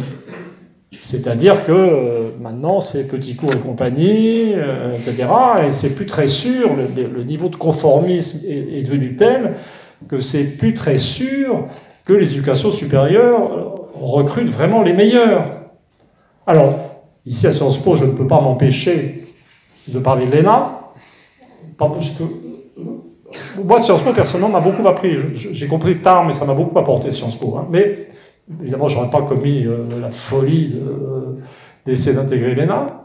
Mais regardez, l'ENA, dans mon bouquin, je parle de conformisme, je spécule sur le fait que les gens des grands corps, inspecteurs des finances, Conseil d'État, Cour des comptes, sont surtout recrutés pour leur qualité de faillotage que de créativité intellectuelle, ce qui me semble indéniable. Mais depuis, j'ai trouvé un marqueur magique. Regardez, je reviens à l'euro. L'euro ne marche pas. Est-ce que vous pensez que vous pouvez intégrer l'ENA en pensant, et éventuellement en disant, que l'euro ne marche pas? Impossible. Donc l'euro, ou l'acceptation de l'euro, est une condition d'entrée à l'ENA. Et ça assure la sélection des moins aptes intellectuellement. Vous voyez? Je veux dire, c'est alors, voilà. Et donc on a, et maintenant j'en viens aux gilets jaunes, et donc j'ai décrit dans un premier temps la réaccumulation de gens intelligents en bas de la structure sociale, en haut l'accumulation l'augmentation de ce que j'appelle le taux de crétins diplômés, et je montre aussi sec le caractère opérationnel du concept, et je mets face à face les leaders gilets jaunes et les gens des cabinets ministériels, du gouvernement, les ministres et Macron. Nous avons vu une intelligence d'en bas affrontant une stupidité d'en haut. Hein? Voilà, ça va dans le sens de ce que vous disiez quand même. Et je suis extrêmement fier d'être, je dirais, l'intellectuel organique de cette dimension du mouvement Gilets jaunes. Et quand je les ai vus me citer avec Eutode, j'ai failli avoir... Il y a quand même une demande derrière ça, c'est-à-dire que entre les deux, il y aura besoin d'une petite structure de réarmement que peut-être les jeunes gens autour de vous pourraient porter, c'est-à-dire qu'il y aurait besoin d'une sorte de club, d'un phare et balise, je ne sais pas, quelque chose. Il faudrait qu'il y ait disons quelque chose, parce qu'on est actuellement dans un vide intellectuel, on peut parler sur les réseaux sociaux. Avant, on parlait de Todd sur les réseaux sociaux, ça faisait 2 likes, 3 likes, gênés, les gens étaient comme ça. Maintenant, il y a vraiment un vrai engouement, un vrai... etc. Mais il n'y a pas de lieu où ça se passe, il n'y a pas d'endroit où on a une congruence et où on peut penser quelque chose. On va arriver sur la présidentielle très désarmé, de toutes les façons, on ne peut pas se leurrer. Il n'y a pas d'endroit où quelque chose a été pensé, et je pense que ça, c'est vraiment... Et ça, c'est pas... On a ce besoin de ce non. Disparaîtriez pas trop vite. Non. Non, écoutez, alors, ne comptez pas sur moi comme leader révolutionnaire. Mais si. Et je vais vous le prouver. Il existe, du côté de Versailles, un cercle d'études todiennes qui contient 35 membres et dont j'ai été exclu. Pour déviationnisme néolithique. Vous voyez? Donc, non, chacun son métier, moi les livres, les analyses sociales, le cadre, et à la fin du bouquin, je suis très sceptique sur, je pense qu'on va vers une période intermédiaire, plutôt de décomposition, d'anarchie, avec possibilité de coup d'État. Enfin, j'ai déjà dit qu'il est sur le point d'être fait, la première partie du coup d'État avec cette loi sur les retraites, donc je suis assez pessimiste, mais je dis quand même des choses concrètes qu'il faudrait faire. Donc, et je parle de, alors là, sortir de l'un des éléments négatifs de l'idéologie gilet jaune, qui est l'anarchisme institutionnel. C'est le côté sympa et pas sympa de la culture française. C'est-à-dire, j'essaie de définir un léninisme libéral, je conseille aux gens de relire Lénine, l'État et la Révolution, que faire. Donc moi, quand je pense organisation, je veux dire, ne comptez pas sur des intellectuels comme moi, nous ne sommes pas fiables, et ne comptez pas sur ma génération surtout. Donc ce qui est nécessaire, c'est la constitution, contribuer à une idéologie nouvelle, ben, je fais ce que je peux, mais ce dont on a besoin, c'est d'organisation en fait, d'organisation et de gens, mais c'est très difficile parce que il y a toute une partie du livre qui est sur les mœurs, les mentalités, les nouvelles formes de, pas d'individualisme, mais d'un individu diminué, replié sur lui-même, et je fais allusion à ces gens qui veulent juste s'exprimer plutôt qu'agir, et c'est, ça risque d'être, là, la fin du livre est dans l'incertitude, je ne sais pas ce qui peut se passer, je pense qu'à la longue, avec cette baisse du niveau de vie qui va devenir de plus en plus flagrante, la nécessité de cette chose. Et évidemment, si les professeurs changent d'attitude et rentrent dans la danse, là par contre, l'organisation pourra aller très vite. Mais l'ensemble du corps enseignant, ou une bonne partie du corps enseignant, pas quelques intellectuels. Vous voyez, les petits comme moi sont... Là j'ai tout donné, hein, je ne peux plus rien faire. Oui. Mais il y a nécessité d'un club, j'allais dire, d'une régularité que monsieur à côté de vous peut animer. Voilà. Et pas un club, et puis les intellectuels sont effrayants. C'est-à-dire que c'est un monde narcissique. Moi, j'ai essayé depuis... j'étais membre du club Phares et Balises, qui avait été créé par Debray et Guibault. Ça marchait pas trop mal, mais on parlait, qu'on faisait venir des hommes politiques, mais c'était pas quelque chose de idéologique. Et ensuite, j'ai essayé de réunir des économistes que je ne nommerai pas, peut-être si, quand même, je sais pas. Moment de malice, voilà, et c'est vraiment très difficile de réunir les gens. Si, je peux les dénoncer tous, ils sont tous très bien. Sapir est un mec génial, mais Sapir, il est un peu dans ses trucs. Lordon,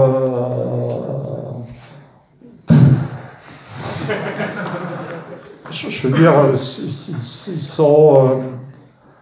mais je vaux pas mieux qu'eux. Je dirais que le seul truc que j'ai de mieux, c'est que je suis pas économiste. Donc en fait, je veux dire, mon domaine de narcissisme intégral, c'est l'analyse des structures familiales, et honnêtement, je ne fais de tort à personne avec ça. Vous voyez? Donc quand je m'intéresse à la vie politique ou à l'économie, en fait, je suis déjà dans une attitude citoyenne. Je suis pas dans mon corps de métier. Donc, ce qui me permet d'être relativement désintéressé. Mais non, c'est la France. Hein.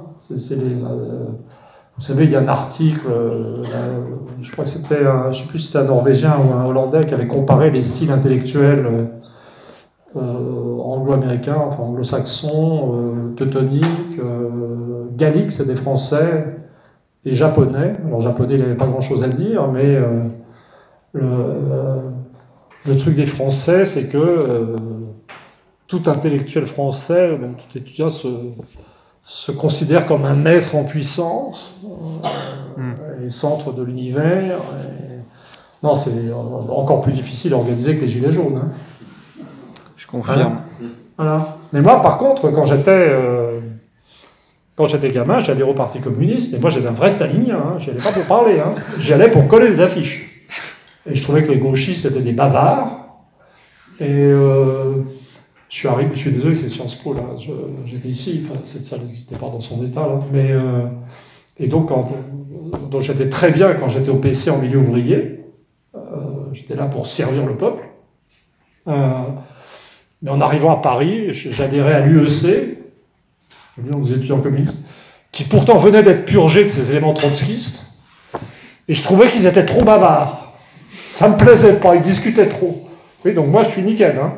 Vraiment pour la discipline, mais vraiment non, vraiment, je vais arrêter de déconner là, c'est la fatigue. Mais vous avez raison, on essaye.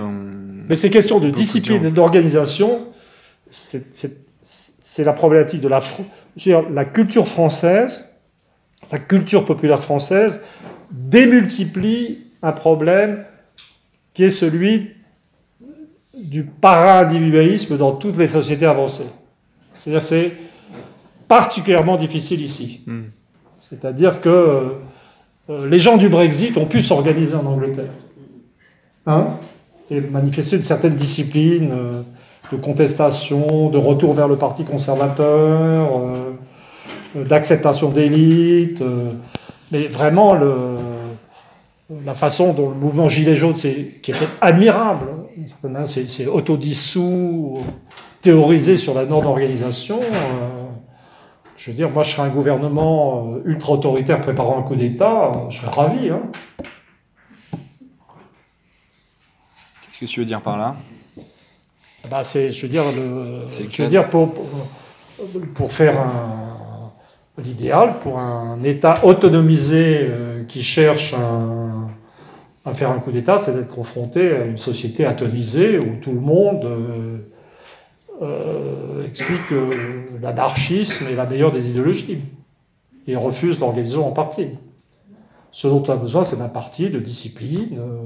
Je dis d'ailleurs, il y a des gens qui tiennent des listes de gens à surveiller, les députés qui vont voter ou qui ne vont pas voter la censure pour le 49.3. Il faut vraiment que quand ils auront laissé passer la réforme des retraites, le lendemain soit le premier jour du reste de leur vie. Et qu'il reste... J'ai pas dit... Je suis très pacifique, hein, je n'appelle pas du tout à des mesures invasives. mais qu'il reste dans l'histoire pour avoir détruit le système social français personnellement. Mais et pour ça, il faut un appareil. Je ne vais pas m'en charger, moi. Vous vous rendez compte? Déjà, quand j'arrive à remplir ma feuille d'impôt, j'estime que je suis à mon max. Mais tu signeras les listes quand même. Les lois, mais... On va prendre... Tu signeras les listes de députés Ah non, je sais pas. envoyés au bagne. Non, honnêtement, si j'ai été... Non, mais ce qui serait formidable... D'abord, ce qui serait formidable, ça serait que le débat des retraites reste au centre du débat présidentiel. C'est-à-dire que... je parlais de ces élections fictives qui viennent nulle part. Parce qu'il y a l'euro. En fait, pour moi, sans sortie de l'euro, rien n'est possible. La baisse du niveau de vie est en marche et même le maintien du système de retraite actuel ne l'empêcherait pas. Mais là, il y a une urgence tactique immédiate. Ça serait d'éviter, je veux dire, la destruction du système de retraite. Et là, on est déjà confronté à des mécanismes idéologiques pour nous faire oublier que c'est ça qui nous a occupés pendant le gros de la période précédant les élections présidentielles. Donc on a déjà vu ce truc qui est moralement abominable de la thématique du séparatisme, c'est-à-dire qu'on a vu notre président et son gouvernement remettre immédiatement dans le débat le problème des musulmans pour nous faire oublier des retraites. Je veux dire, je ne sais pas si vous êtes... Il faut pas être blasé. C'est-à-dire, il faut voir que c'est un acte ignoble. Que c'est ignoble. Vous voyez? De faire ça, d'oser faire ça. C'est vrai, vous voyez? De le ressentir. Il faut le sentir. Il faut se dire qu'un type qui est capable de faire ça est capable de n'importe quoi. Qui, en cascade, est capable de mettre en péril le système social français et les retraites, et puis qui ensuite, pour parler d'autre chose, attire l'attention sur les musulmans. Mais si vous pensez à ce qu'est la France actuelle, mais ça donne envie de se flinguer, ou au minimum d'avoir honte. C'est notre pays. C'est ça maintenant. Et puis alors, par ailleurs, il y a des gens bien quand même. Il y a des gens qui... Il y a un clivage moral qui est apparu après les manifestations des Gilets jaunes. Parce que quand même, il y a eu des gens éborgnés, il y a eu une montée de violence, il y a eu une libération des instincts profonds de la police, qui d'ailleurs, quand on analyse de façon empirique les faits, comme pour Macron, mais vote pour le Front National, mais il y a beaucoup d'électeurs de Macron qui n'ont pas supporté, et qui l'ont abandonné dès les européennes, en fait. Beaucoup, certainement, dans le corps enseignant, d'ailleurs. Donc c'est l'apparition d'un clivage moral essentiel. C'est formidable. Mais ils ont voté vert. Je veux dire, voter vert, mais les verts, c'est des européistes déchaînés. Donc les verts, ils vont nous repartir dans un truc, je sais pas quoi, de l'écologie, manger bio, plus d'Europe. Comme tu l'avais très bien dit au début, moi je suis pas du tout gaulliste de tradition, hein. Mais tout programme politique qui ne met pas la nation au centre et la sortie de l'euro comme priorité, c'est du vent. Mais simplement, et c'est le paradoxe de ce que j'analyse dans le bouquin, en termes de mentalité, truc, la contestation de l'euro est un point zéro. Voilà. On va prendre la question du jeune homme là-bas qui commence à avoir mal au bras. Merci pour tout, merci pour cette conférence, merci de nous sortir de la conscience sur la baisse du niveau de vie de tous les Français. Je m'excuse, c'est sans doute une question qu'on vous a beaucoup posée, mais n'évacuez-vous pas un peu rapidement le néolibéralisme et les stress sur l'approvisionnement énergétique en faisant de l'euro et de la perte de notre souveraineté économique la cause unique de cette baisse du niveau de vie globale. Et avez-vous eu l'occasion de comparer l'évolution des niveaux de vie des Anglais et des Allemands, par exemple, à celui des Français, parce que leur retraite n'est pas terrible non plus. Alors, vous avez absolument raison. C'est-à-dire que j'ai pas dit que le néolibéralisme n'existait pas en général. Le néolibéralisme a effectivement frappé de plein fouet les États-Unis et l'Angleterre. Il a eu des effets désastreux pour de larges éléments de population en termes de baisse du niveau de vie. Mais pour les États-Unis, ça va beaucoup plus loin. Puisqu'en fait, aux États-Unis, vous avez eu des baisses d'espérance de vie. Pour la population blanche de 45 à 57 ans. 55 ans, je l'ai lu. Et l'Angleterre, ça ne va pas mieux. Mais dans le cas des Américains et des Anglais qui ont gardé leur monnaie et qui sont des nations, la possibilité d'un changement de cap existe. C'est le sens de Trump. Je veux dire, c'est tout. Trump a fait le diagnostic d'une Amérique qui allait très mal, et il a été élu. Boris Johnson, alors c'est plus compliqué pour les Anglais, parce que les Anglais sont libre-échangistes presque sur un mode ontologique, etc. Mais il est élu, puis il vient de dire, l'équivalent du TGV pour l'Écosse, on va mettre le pognon tout de suite. Et donc c'est une sorte de, je veux dire, un destin, un nouveau destin national, une politique nationale devient possible. Et donc, bien évidemment, dans le cas de la France, il n'y a pas que l'euro.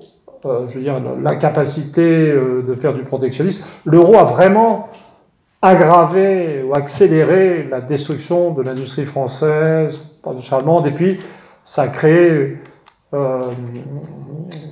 comment dire, il y a vraiment dans l'Union européenne une situation très particulière qui s'est créée avec l'exportation des emplois industriels dans les anciennes démocraties populaires. Donc moi, bien entendu, je ne suis pas en train de dire que si on sortait de l'euro et si on se débarrassait des règlements européens, tout serait rose dans l'immédiat. Et ça serait probablement dans l'immédiat suivi par une baisse du niveau de vie. Mais je parle d'ailleurs clairement de la nécessité d'une indexation des pensions des retraités pour qu'ils ne soient pas massacrés par la dévaluation. Vous voyez. Mais simplement, c'est juste, si on sort de ce carcan européen, une histoire nationale redevient possible. C'est-à-dire qu'on a un destin, on peut faire des choses, on peut décider, vous voyez, on peut vivre en fait. Et on peut faire de l'écologie si on a envie de faire de l'écologie. Moi personnellement, c'est pas juste, moi quand j'étais petit on mangeait tous écologistes. Écologie, il n'y avait pas de produits dégueulasses quand j'étais gamin, donc évidemment. Mais vous voyez, c'est juste, tout ce que je dis, c'est que le rétablissement de l'indépendance nationale est la précondition nécessaire à toute action collective réelle et sérieuse. Et que sans ça, c'est du vent. Y compris l'écologie, d'ailleurs. Ça va comme ça? Voilà. Moi, j'ai deux remarques. Alors, la première, ce sera assez rapide, c'est juste que j'ai trouvé excellente votre analyse de la petite bourgeoisie intellectuelle, et je pourrais témoigner en tant que professeur agrégé qui n'a pas voté Macron, et je pourrais témoigner de la violence quand j'ai dit que j'irais pas voter au deuxième tour, il y a eu une espèce de réaction aussi bien de copains qui sont chercheurs, professeurs, diplômés de Sciences Po, Normal Sup. C'était une espèce d'hystérie collective. Les personnes qui choisissaient de ne pas aller voter, on était des crypto-lepénistes. Bon, et alors juste, c'est peut-être un peu redondant par rapport à notre question, mais c'est sur la définition que vous donnez du néolibéralisme, parce que il me semble que si on met de côté peut-être les analyses économiques, mais plutôt les analyses plus politiques du néolibéralisme, il ne me semble pas que ce soit contradictoire de voir cette adhésion et même cette mise en pratique par la haute administration du néolibéralisme. Je pense toutes les analyses qui vont, disons, de Michel Foucault à Barbara Stiegler, qui insistent sur le fait que le néolibéralisme, c'est un interventionnisme, c'est-à-dire que c'est l'idée de mettre l'État au service d'un projet de société qui vise à faire en sorte d'instiller la concurrence. Par exemple, voilà, on va scinder une entreprise publique en différentes structures qu'on va mettre en concurrence de façon complètement artificielle, et à faire en sorte que les individus deviennent des espèces de petits entrepreneurs, on va dans les politiques de l'emploi, avec on va dire aux chômeurs et aux allocataires d'aide sociale, il faut vous responsabiliser, vous devez faire un projet de carrière. Alors, bon, bien sûr, cette élite, elle ne se l'applique pas à elle-même, tout ce programme-là, il l'applique bien au... Non, mais vous avez complètement raison, mais c'est ce qui s'est passé dans le monde anglo-américain.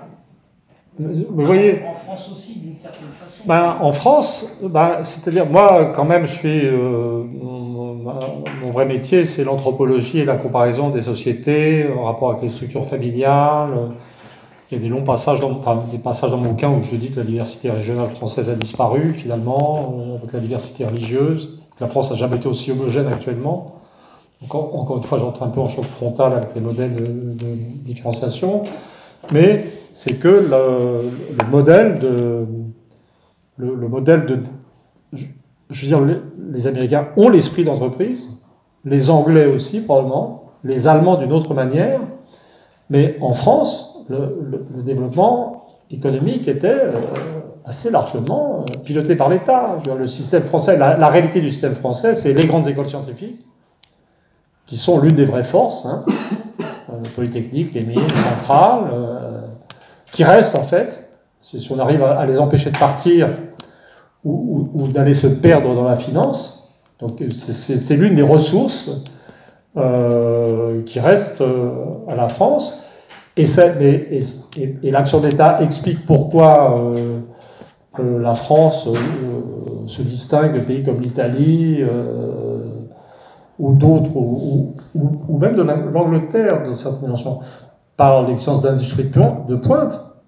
Je veux dire, la France, c'est Airbus, c'est Ariane, mais derrière tout ça, au départ, il y a l'État, en fait. Et donc, simplement, le tissu, on dit toujours que le tissu de PME français ne se développe pas suffisamment. Mais la réalité, c'est que il n'a jamais existé au même degré qu'ailleurs. Moi, j'avais été très frappé quand j'écrivais l'invention de l'Europe, qui a été publiée en 1990. J'avais fait des cartes d'implantation industrielle sur l'ensemble de la partie occidentale du continent, et j'avais été très surpris de découvrir que même dans la partie industrielle de la France, qui était le nord-est, en fait, la proportion de population active employée dans l'industrie était, par rapport à l'Italie du Nord, où il y a des PME, était ridicule. C'est-à-dire qu'on avait, en termes d'entrepreneuriat, un tissu industriel fragile qui renvoie à la famille nucléaire du bassin parisien, et qui renvoie au fait que la population rurale de la région, c'était des ouvriers agricoles, et c'était pas de l'entreprise familiale. C'est-à-dire qu'en fait, on ne peut pas faire de ce que vous évoquiez. Moi, j'aurais trouvé dans Polanyi, en fait, plutôt l'idée que l'État organisant la concurrence et le capitalisme, en fait. Je suis d'accord, mais dans un pays comme la France, ça marche juste pas. Ça détruit, c'est tout. C'est-à-dire ce qui existait et qui marchait est détruit. Et au final, on arrive avec des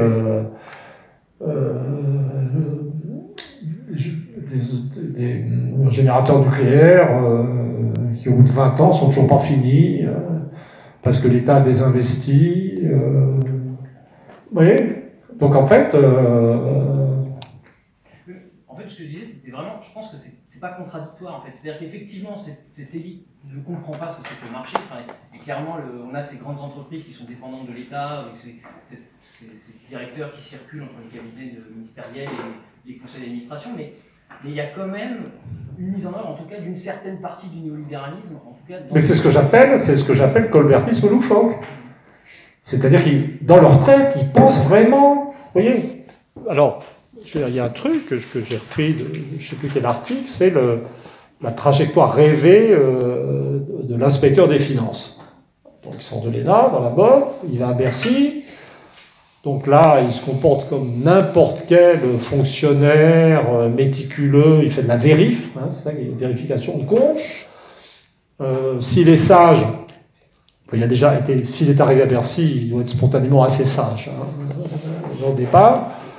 Et ben, il est appelé dans l'une des banques du privé qui a été nationalisée puis reprivatisée par d'autres mecs de Bercy avant lui. Il est appelé par des anciens pour aller se faire de l'argent de poche, beaucoup. Puis ensuite, en fin de carrière, il se remettra au chaud dans l'administration.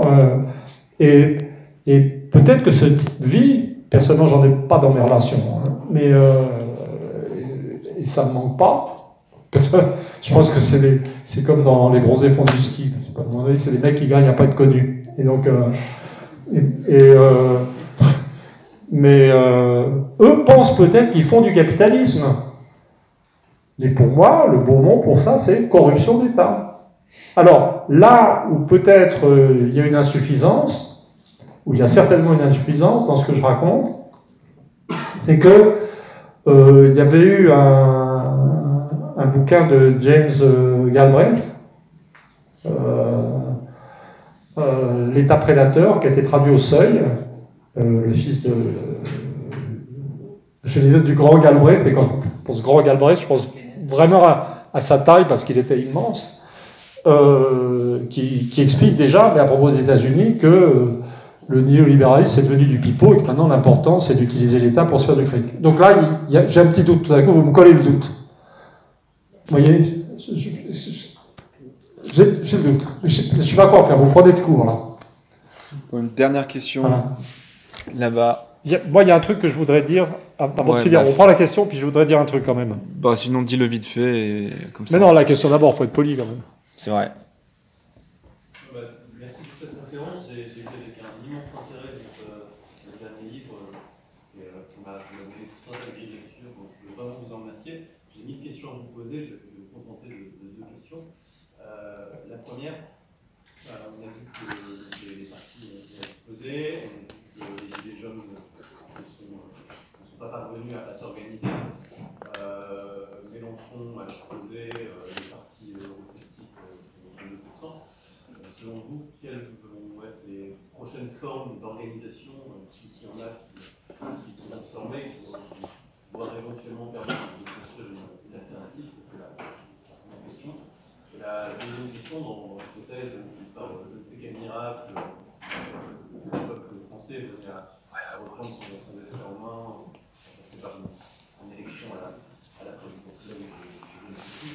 Est-ce que vous pensez que il y aurait la possibilité justement de s'extraire de cet état profond, de pouvoir reprendre le contrôle de l'État et de pouvoir appliquer sa politique? Ah, excellent. Alors, dans l'immédiat, en termes d'organisation, je l'ai dit, je suis assez pessimiste. Le temps court vite. À mon avis, on risque, et Macron devient tellement impopulaire qu'on risque d'avoir, même en l'absence d'organisation, une élection aléatoire, où le candidat qui sera opposé à Marine Le Pen au deuxième tour sera de droite, de gauche, Macron, pas Macron, mais à très peu de voix. Simplement parce que le niveau d'organisation sera très élevé. Il y a des moments où je fantasme, je me dis, mais après tout, il suffirait que les syndicats oublient un peu la charte d'Amiens, que les intellectuels soient un peu moins narcissiques, que des restes de partis politiques de gauche, ou pas de gauche d'ailleurs, fassent une convention et désignent un type dont le programme serait abolir la réforme des retraites. Et il serait élu. Mais là, on tombe sur la deuxième partie de votre question. Est-ce que ça suffirait? Et a priori, je dirais non, en fait. Parce que je pense que l'auto-organisation de l'État, un État qui, de mon point de vue, ça choque souvent. Maintenant, je parle de macro-lepénisme, c'est-à-dire où il y a une sorte de collaboration de fait entre le Front National, ses dirigeants, et les macronistes à travers l'usage de la police, une justice qui n'a pas l'air sur le point de briller dans la justice. Je serais pas... la victoire d'un candidat raisonnable pourrait être le prélude à un coup d'État encore. Je fais de l'histoire. Je ne veux pas être tenu pour complètement responsable de ce que je dis. Je ne veux pas aller en prison. Je suis un retraité paisible. D'accord? Nous faisons de la spéculation libre. Hein, nous sommes dans un happening intellectuel. Voilà, c'est pour présenter aux juges. Ensuite, faut dire. Alors, Cela dit, il y a autre chose, peut-être qu'on pourrait terminer là-dessus, Ouais. parce que ça répond, c'est qu'il y a une chose dont on n'a pas parlé, c'est l'évolution du monde extérieur. La France est complètement bloquée, mais le monde, lui, ne l'est pas. Alors, dans le livre, je lis l'une des choses les plus choquantes et sur lesquelles j'ai obtenu au stade actuel un retour nul, c'est que pour sortir de l'euro, ça serait très compliqué, et les seules personnes, les seuls qui pourraient nous aider à sortir de l'euro, c'est les Américains. Vous voyez, dans un contexte français, donc vous êtes là, en France, waouh, le néo-capitalisme est super méchant, Trump a une coupe de cheveux vraiment insupportable, puis les Américains sont les Américains, ils ont des bases militaires partout, ils sont insupportables avec les Russes, tout ça est vrai, mais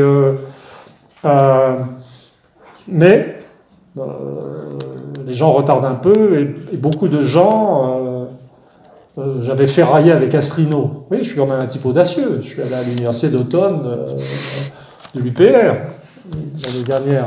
Ah, je ne suis pas une lavette, hein. Et donc, j'avais dit, c'est très bien votre truc, mais vous passez plus de temps à dire du mal de l'Amérique que de l'Allemagne. Le pays qui contrôle la France actuellement, c'est pas l'Amérique, c'est l'Allemagne. Mais les gens retardent. C'est qu'ils ont toujours la vision d'une Europe qui a été voulue par les États-Unis et qui utilise l'Allemagne comme son agent.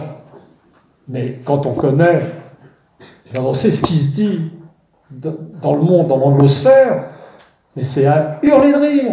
Les Américains sont hystériques contre l'Allemagne, qui refusent toutes leurs demandes en matière économique, qui leur obéit plus. Et les Américains ne veulent juste pas d'une Europe dominée par l'Allemagne. Donc l'Amérique, c'est clair chez Trump, mais autour, plus loin, même chez les démocrates sans doute, l'Amérique ne veut pas d'une Allemagne qui a organisé l'Europe de l'Est à son avantage, qui contrôle l'Europe de l'Ouest, qui atteint, malgré ses 82 millions d'habitants seulement, mais ça fait plus si vous rajoutez l'Autriche, les Pays-Bas, et la Bohème, qui atteint quand même une masse critique tout à fait considérable. Et donc, moi je dis, dans le bouquin, il faut... on ne s'en sortira jamais sans les Américains. Alors si vous partez du principe, si vous dites, pour moi, alors moi je reconnais que j'ai des liens avec le monde anglo-américain et que c'est plus facile pour moi de dire ça que pour d'autres. Donc je comprends très bien que ça soit inacceptable. La famille de ma mère était réfugiée à Los Angeles pendant la guerre, donc évidemment, toujours prêt à faire les valises pour foutre le camp aux États-Unis. J'exagère un peu, mais beaucoup même. Et j'ai peur en avion. Et donc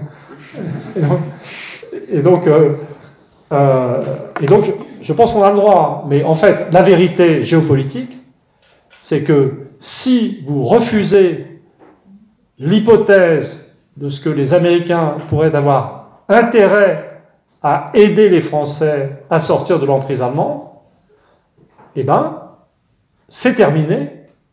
Vous n'avez aucune chance. Donc c'est pas la peine de perdre son temps. Vous voyez ? C'est pas possible. C'est pas possible. C'est comme si vous étiez... on n'est pas à l'échelle, au niveau de force. Regardez déjà le mal que les Anglais ont eu à se mettre d'accord alors qu'ils ont leur monnaie pour échapper à l'étreinte de l'Union européenne. Voilà. Alors, je termine quand même, avant d'oublier.